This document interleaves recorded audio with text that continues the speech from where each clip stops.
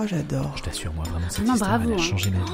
En Essonne. Mais ça change tout Mais ça. c'est où l'Essonne déjà? J'aurais jamais imaginé. Ah ouais. J'y crois pas. C'est génial ce que tu racontes. Tout ça, en Essonne.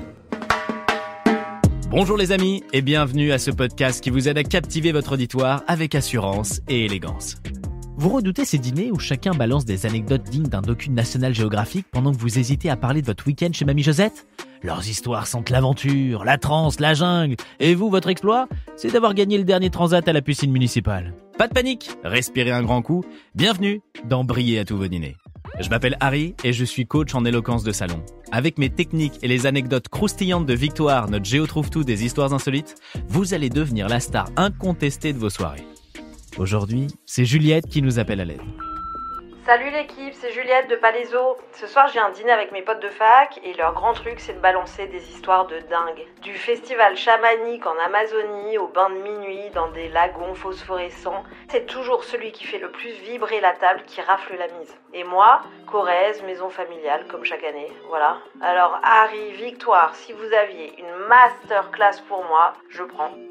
Ah, Juliette, je vois parfaitement le tableau. Ces amis qui transforment chaque dîner en concours de storytelling. Mais ce soir, on va pas chercher à faire plus grand, plus loin ou plus perché qu'eux. Non, ce soir, tu vas faire plus fin, plus malin.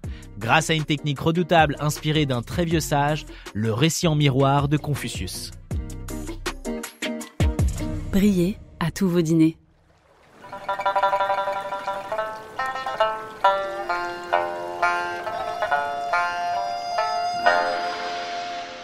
Aujourd'hui, on part sur une technique inspirée d'un vieux maître du calme et du timing, Confucius. Il disait qu'un bon miroir ne juge pas, il reflète. Et parfois, c'est en renvoyant ce que les autres vivent qu'on touche juste. L'idée, c'est pas de raconter ton histoire à tout prix, mais de capter leur émotion. Pour mieux la faire rebondir. Une onde subtile en 4 phases qui part de ton coin de table et qui finit par faire vibrer tout le dîner. Mais avant d'entrer dans le vif du sujet, il nous faut une anecdote imparable. Victoire, où es-tu cette fois-ci ? Salut mes petits voltigeurs du savoir. Aujourd'hui, j'ai fait une expédition jusqu'à Viry-Châtillon. Je suis tombée sur un truc incroyable, la grotte aux coquillages. On l'appelle aussi la nymphée. Je pensais rester dans une histoire en dessous du niveau de la mer, mais on va finalement prendre de la hauteur. Et ouais, parce qu'en parlant avec Mehdi à la sortie, là, j'ai découvert quelque chose qui a révolutionné notre rapport au voyage. En 1909, c'est ici qu'a eu lieu le premier vol longue distance de l'histoire de l'aviation. Ok. Juliette, voilà comment tu vas retourner la table. Pour ton récit en miroir, il faut d'abord bien ajuster ton plan de vol. Et il commence par la phase 1, la boussole sociale. Tu es à ce dîner, les récits de dingue s'enchaînent, ne coupe pas, ne rivalise pas. Et surtout, tu t'accordes à leur fréquence. Tu observes ce qui les fait vibrer. L'émerveillement, la quête intérieure, le dépassement de soi, c'est ça ta boussole. C'est en captant leurs ondes que tu pourras ensuite la refléter.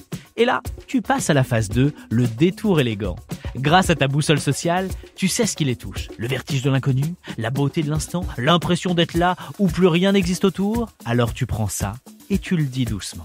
Dans le genre moment incroyable, j'ai découvert une histoire de vol expérimental. Un type qui a quitté le sol pour la toute première fois sans savoir s'il allait retomber.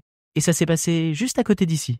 Et là, tu savoures les regards qui se lèvent vers toi. Ils veulent la suite. Victoire, tu nous glisses quelques infos pour les tenir en haleine, s'il te plaît ? Avec plaisir. En 1909, un certain comte de Lambert, pionnier de l'air et passionné de vélo à la base, se met en tête qu'il peut rester en l'air plus longtemps que tous les autres. Ce jour-là, en présence du président de la République, s'il vous plaît, il décolle depuis le site de Port Aviation, direction Paris. 48 minutes et 39 secondes plus tard, il revient à Viry-Châtillon. Premier vol longue durée, bouclé. Oh, faut imaginer la foule, les yeux rivés vers le ciel, entre panique et fascination. Stop, t'en dis pas plus. Tu laisses planer, ils imaginent la scène et là, tu enclenches la phase 3, l'effet d'ancrage. Tu leur expliques que ce décollage, c'est pas juste une belle image, c'est un lieu historique. Victoire ? Port Aviation, c'était vraiment un endroit à part, non ? Ah bah c'est le moins qu'on puisse dire, c'était carrément le tout premier aéroport du monde. Un vrai labo du ciel, où les pionniers de l'aviation tentaient des trucs de fou. Et quelques années plus tard, c'est encore là qu'un certain Adolphe Pégoud a réalisé, tenez-vous bien, le tout premier looping de l'histoire. Oui, un looping, en 1913, dans le ciel essonien s'il vous plaît. Qu'est-ce que je ferais sans toi, Victoire ? Juliette, tu les sens là, les regards ? plus les mêmes.